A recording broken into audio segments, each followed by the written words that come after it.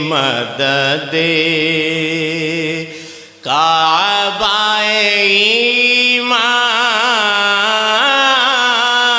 मदद गौसे आज़म बमने बे सरो सामा मदद क़िबलाए दीन मदद काबाए ईमान मदद अल्लाहुम्मा सय्यिदना मौलाना मुहम्मद व अला आले सय्यिदना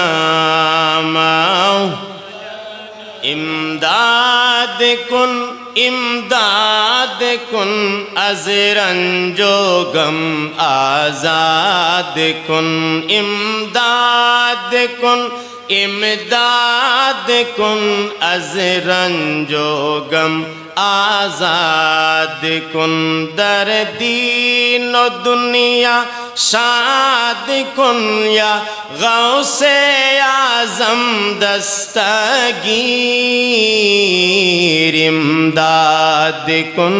इमदाद कुन अजरंजो गम आज़ाद कुन इमदाद कुन अजरंजो गम आज़ाद कुन बलगल उला बिकमालिही कशफत दुजा बिजमालिही हसनत जमीओ खिसालिही सल्लु अलैहि व आलिहि। जनाब आजकेर पवित्र जलसा उर्से गौसुल आजम मुबारकेर सम्मानित आसने बसे थाका सम्मानित सदरे इजलास सभापति साहेब उलामाए केराम एवं এই দরবারের রুহানি সভাপতি হুজুর আব্দুল গনি রহমাতুল্লাহ আলাইহি ওনার কলিজার টুকরা এখানকার গাদিনিসীন এবং উপস্থিত এখানে জাকির ভাইগণ আমি জাকির বন্ধের কথা কমু না কারণ তারা যে হিসেবে বসে থাউন লাগছেন যে হিসাবে তাগরে বসবার দিছেন ওইভাবে তারা ভয় নাই কিছু শরীয়ত বিরোধী কাণ্ড দেখছি আমি যার জন্য জাকির বোনের কথা কমু না তারা যদি পর্দা হিসাবে বসে হুলস্থুল বন্ধ করে তাহলে কমু যে হ্যাঁ জাকির বোন তার আগে আমি জাকির বোন কইতেছি জানা হোক আপনাদেরকে বলছি আপনারা সবাই ওড়না আরনি ভালো করে নেন পর্দা নিশিন হন শরীয়ত মোতাবেক বসেন এখানে খাতির করে কইলে আল্লাহ আমারে খাতির করব না এই জন্য আমি সকলকে বলি যে আমরা এখানে শরীয়ত তরিকত হকিকত মারেফত সবটাই শিখবার আইছি ইনশাআল্লাহ আমরা সবই শিখব মহান রাব্বুল আলামিন আমাদেরকে তৌফিক দান করুক কারণ যিনি আমাদের পীর ও মুর্শিদ ছিলেন হুজুর ছিলেন মুরব্বী ছিলেন উনি যতটুক শরীয়তকে ফলো করতেন ততটুক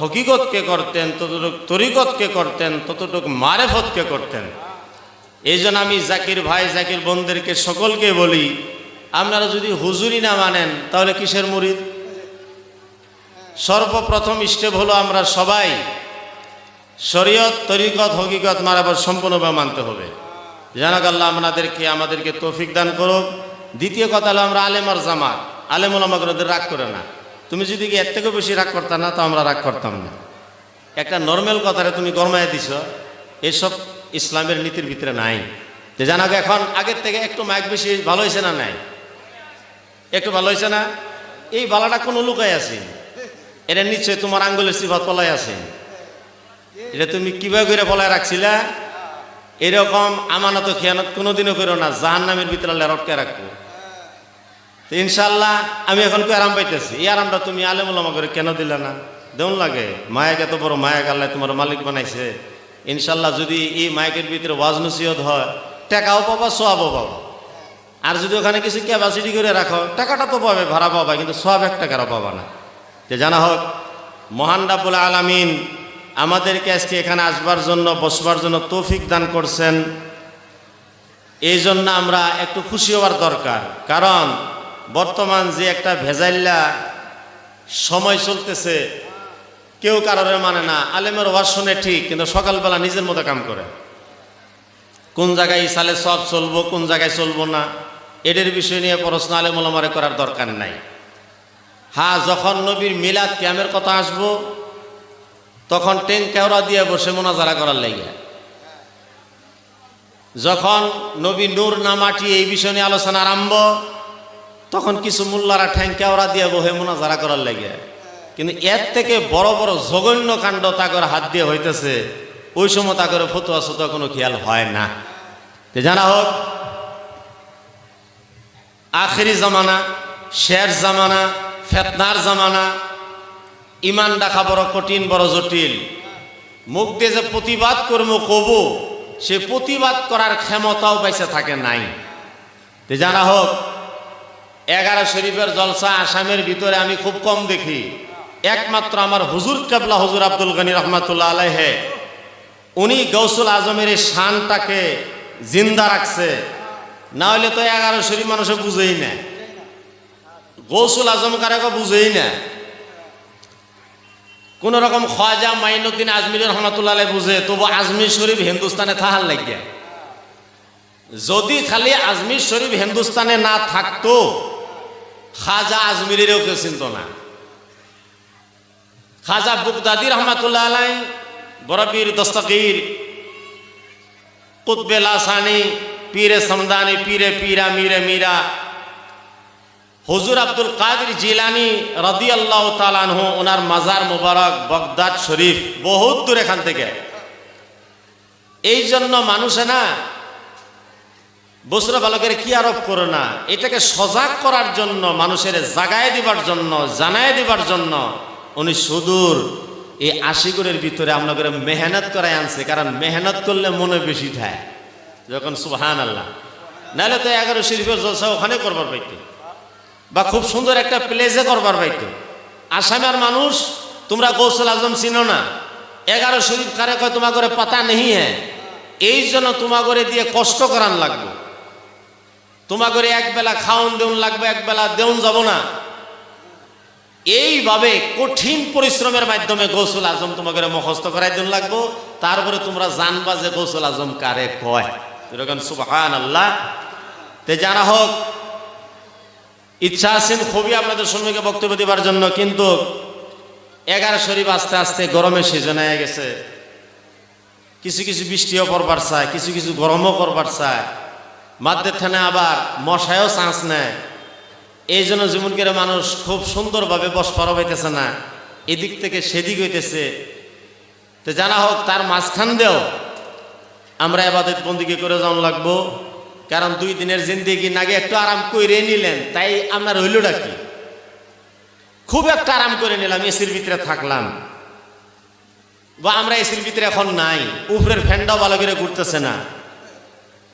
তো এতে কইরা লাভ লোকসান তো আমি কিছু দেখি না। মরার দিন তো সবে শীত হয়ে মরে আমি দেখি, মরার দিন তো ঠুট দুটে কালা হয়ে যায় আমি দেখছি, হাত পাগুলা সিধা হয়ে যায়, বেকা করা মুশকিল।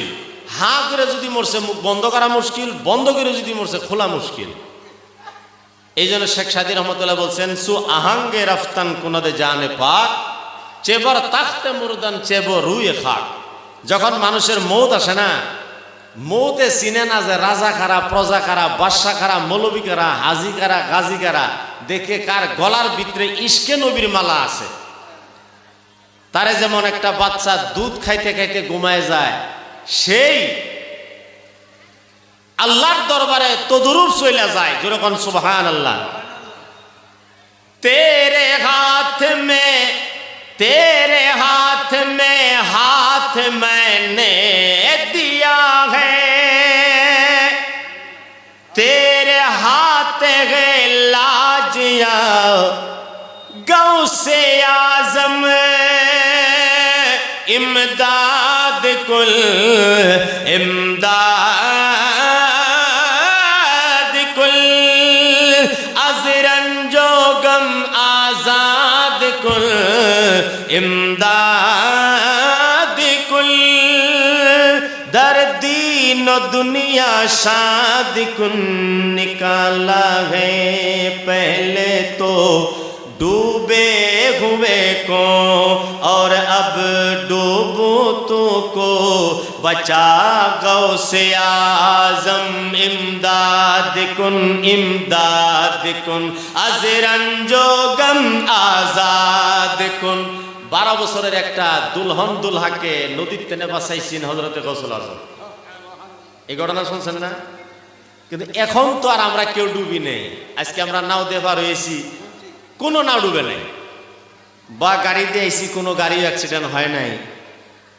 তাহলে গৌসুল আজম এখন আমাদের কি করতে পারে? আল্লাহর হুকুমে আমরা যে গুনার সাগরে ডুব খাইতেছি সেই সাগর টেনে বাঁচাইতে পারে। যেরকম সুবহানাল্লাহ, একটু মাঝখান দিয়ে সুবহানাল্লাহ আলহামদুলিল্লাহ মারহাবা কইলে এরকম লাগে যেন আপনাদের দিলটা মুর্দা না, জিন্দা হয়ে আছে। আর যদি সুবহানাল্লাহ মারহাবা কিছুই না কন, তাহলে আমি মনে মনে ভাববো যে এটা ওয়াজ ফাউতি গেতাছে, মানুষে তো শুনতেছে না, তাহলে দিল আমারটাও মুর্দ হয়ে যাইব, আপনারটা মুর্দ হয়ে যাইব গা। এই জন্য একবার সবাই চিল্লা এখন দম মারহাবা, আরেকটা তাকবীর দেন, নারে তাকবীর। গাউসুল আজম দস্তগীর, গাউসুল আজম দস্তগীর। বড় একটা সমস্যা হয়ে গেছে গা, মানুষে তাল বেতাল কিছুই দেখে না, শিরকের ফটো লাগায় বয়ে থাকে। এই যে গাউসুল আজম দস্তগীর কইছি, এর ভিতরে অনেক ফটো আছে। বা আমি যদি গাউসুল আজমের নামে জপানা জপি এইভাবে কই, গাউসুল আজম শাইআন লিল্লাহ, শেখ আব্দুল কাদির শাইআন লিল্লাহ, এর ভিতরে অনেক ফতোয়া যায়। এই বিষয় নিয়ে আমি একটা ঘটনার মধ্যে সম্মুখে রাখবো, কিন্তু তার আগে আর 3টা লাইন আপনাদের সম্মুখে রাখবার চাই। যদি আপনার করে ইচ্ছা আছে আরেকবার চিল্লায় কইতে হবে মারহাবা। বাবার মে ফসা হ্যায় সফিনা হামারা, बाबर में फंसा है सफीना हमारा, बचा गौ से आजम, बचा गौ से आजम, इमदाद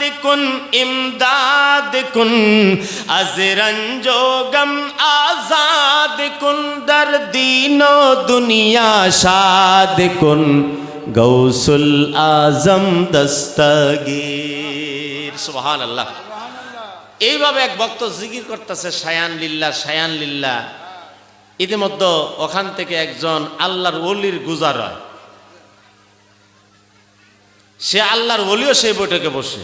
ইতিমধ্যে একজন দুশ্মনে ওলির গুজার হয়, সে দুশ্মনে ওলিয়ে কইসে বইল আল্লাহর নামের জিকির বাদ দিয়া একজন আম মানুষের নামে অর্থাৎ গৌসুল আজমের নামে জিকির করতেছ, এটা কিবা জিকির? তোমার গৌসুল আজমে কি একটা পিঁপড়ার ঠ্যাং ছিঁড়ে দিলে জোড়া লাগাই দিবার পাবো? এই যে ছিঁড়ে দিলাম, জোড়া লাগাই দেখ। যদি জোড়া লাগাই দিবার পারে তাহলে বড় পীরের নামে জিকির চলবে, নাহলে চলবার দিমু না। এই বক্তব্য করছে কি জানেন? ঠ্যাং ছিঁড়ে দিলেন, ইনি করলেন কি পিঁপড়ার কাল্লাটাই ছিঁড়ে দিল। পিঁপড়ার কাল্লা ছিঁড়ে দিয়ে কয় এখন তোমার আল্লাহ রেখো, কাল্লাটা জোড়া দিয়ে দেখ। কি কইছে? তোমার আল্লাহ রেখো, কাল্লাটারে জোড়া দিয়ে দেখ। এখন তো ফাইসে গেছে, আটকে গেছে, কারণ আল্লাহ তো সঙ্গে সঙ্গে কোনো রেজাল্ট দেয় না, যেরকম দেয়। এখন মহান রাব্বুল আলামিনে এই পিঁপড়ার কাল্লা জোড়া দিবার লাগে কোনো ঠেকা পড়ে নাই, এটা উত্তর দিবার লাগে, তার আটকাবার লাগে বক্তা কামটা করছে যে ঠ্যাং ছিঁড়ে গেছে, এ ঠ্যাং জোড়া দিলে গৌসুল আজম হবার পাবে, নইলে পাবে না। তাহলে এই গলাটারে জোড়া দিয়ে দেখ, যদি জোড়া দিয়ে দেয় তাহলে তোমার আল্লাহ দেখ। মহান রাব্বুল আলামিন ডাক দিয়া কয় যে দুনিয়ার ভিতরে আমি তুরন্ত কোনো কাম করি না, তুরন্ত কোনো রেজাল্ট দেই না, এটা দুনিয়া। এখানে হাত উড়াইয়া ভাত খাওয়ান লাগবে। যত বড় আল্লাহর ওলি হোক, গৌস হোক, কুতুব হোক, নবী হোক, পয়গাম্বর হোক, হাত উড়ায় ভাত খাওয়ান লাগবো। এটা না যে মুরিদানে হাত উড়ায় ভাত খায়, পীর এত বড় বুজুর্গান আল্লাহ তক পৌঁছনেওয়ালা, উনি তো হাতের ইশারা দিলে বাচ্চাটা মুহের ভিতরে উঠে যাওয়ান লাগে, এটা কোনোদিনও না। মুরিদও হাত দিয়ে ভাত খাবো, পীরেও হাত দিয়ে ভাত খাবো। মুরিদেও নাঙ্গল চলাবো, পীরেও নাঙ্গল চলাবো। মুরিদেও দোকান ব্যবসা করব, পীরেও দোকান ব্যবসা করব।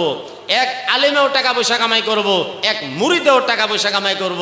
এটা কোনোদিনও ভাববেন না যে উনি আলেম, ওনার খাদ্য আল্লাহ জান্নাত থেকে প্যাকেট পাঠাবো। এটা দুনিয়া দারুল আসবাব। এই বক্তা কয় তুমি কামেল হও নাই, তোমার আকল বাত্তি হয় নাই, তুমি বুঝো না। আল্লাহ রাব্বুল আলামিন এই দুনিয়াটাকে দারুল আসবাব বানাইছে। এখানে অস্ত্র দিয়ে ওসিলা দিয়ে চলন লাগবো। যেরকম মারহাবা। এখানে সবসময় কেরামতের দিশায় থাকো না যে বরবির আব্দুল কাদের জিলানির কেরামত দেখমু তো মানমু, হুজুর আব্দুল গনি রহমাতুল্লাহ আলাইহির কেরামত দুই সাইডটা দেখমু তো মানমু। এই কেরামত দেখার বর্ষায় থাকো না। এখানে কেরামত নাও দেখাবার ভাই। যেরকম সুবহানাল্লাহ। একজন আল্লাহর ওলি বেমারি হইয়া শহীদ হয়ে যাইতে পারে, একজন আল্লাহর ওলি অ্যাক্সিডেন্ট হয়ে মরেও যাইতে পারে, একজন আল্লাহর